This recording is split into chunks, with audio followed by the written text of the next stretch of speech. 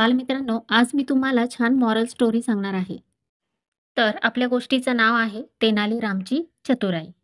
तेनालीराम हा राजा कृष्णदेवराय यांच्या दरबारात कवी आणि विदूषक म्हणजेच हसवणारा पण अत्यंत बुद्धिमान सल्लागार होता.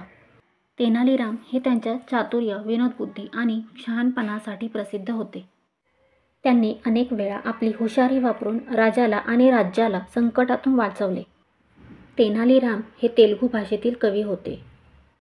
तर ही होती तेनालीराम यांच्याबद्दल माहिती. चला आता आपण गोष्टीला सुरुवात करूया. एकदा तेनालीराम यांच्या गावात चोरांची टोळी आली होती. रोज कोणाच्या ना कोणाच्या घरी चोरी व्हायची. सगळे गावकरी घाबरले आणि मग ते तेनालीराम यांच्याकडे गेले. यावर तेनालीराम यांनी काहीतरी उपाय करावा असे त्यांना सांगितले. त्या रात्री तेनालीराम मोठ्याने आपल्या बायकोला म्हणाला, आपल्या घरातील खूप सोनं, चांदी आणि धन आहे.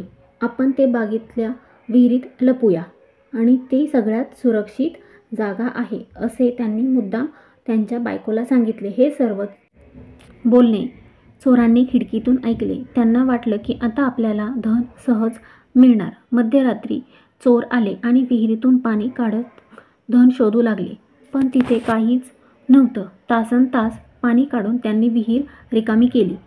तेवढ्यात तेनालीरामने सैनिकांना आधीच बोलावलेलं होतं. सैनिकांनी चोरांना पकडले आणि राजा कृष्णदेवराय यांच्या दरबारात घेऊन गेले.